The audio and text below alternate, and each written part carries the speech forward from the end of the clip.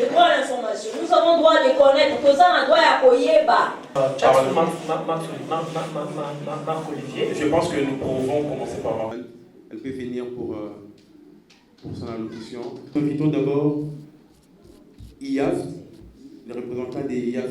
Madame Jackie est venue, et puis Madame Liaf est venue. Moi, si j'avais la possibilité, est-ce qu'on peut avancer avec les partenaires? Oui, à présent, nous... Il y a un artiste qui est derrière nous là-bas.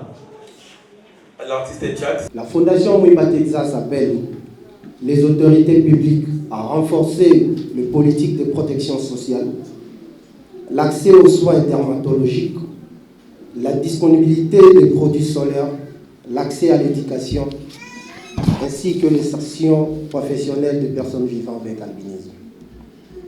Nous plaidons également pour une sensibilisation permanente dans les écoles, les médias et les communautés afin de combattre des fausses croyances et des stéréotypes qui alimentent encore la stigmatisation.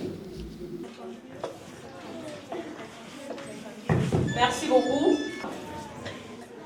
En lingala ou en français, et ça est lourd.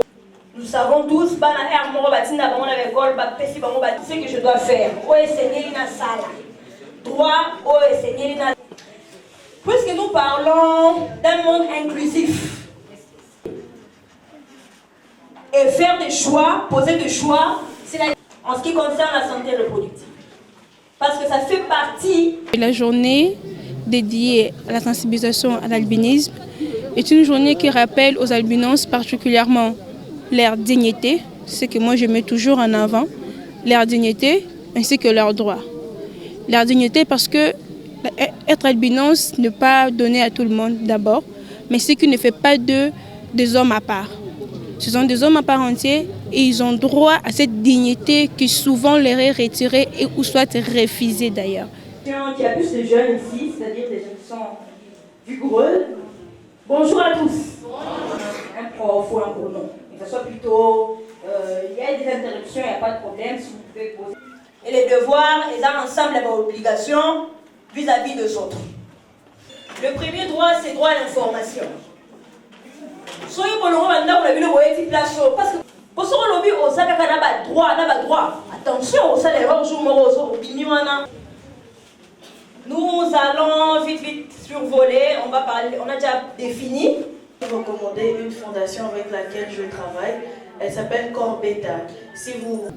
Ce qu'on peut retenir de cette journée, c'est que nous devons être fiers d'être dans notre peau, nous devons être fiers d'être uniques, nous devons être fiers d'être nous-mêmes, avec un Dieu qui nous révèle ses plans, un Dieu qui nous appelle aux choses merveilleuses.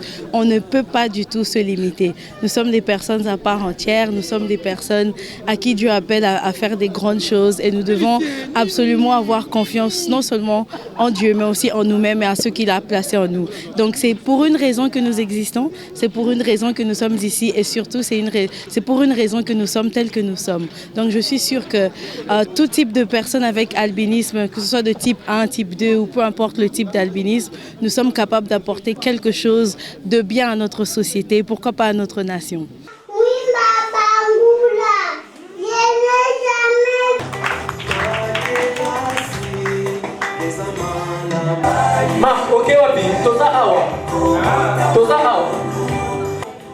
Bonjour. Bonjour à tous. Bon. Notre papa Kabulo. Papa Kabulo, tu as commenté ma match. J'ai pensé à commenter un aïe. Ben oui, mes très chers téléspectateurs. Normalement, à présent, nous allons inviter. En tout cas, je ne sais pas pour les autres structures, mais moi, je n'ai jamais bénéficié d'une quelconque subvention d'un organisme ou d'un ministère, non. Mais je pense que le chef de l'État devrait vraiment s'impliquer. Il a créé le premier colloque en rapport avec l'albinisme. Je pense que créer le colloque ne suffit pas. Il faut vraiment s'impliquer activement, avoir un service qui peut subventionner ceux qui travaillent réellement sur le terrain. Ce serait vraiment une bonne avancée après toute une décennie de combat.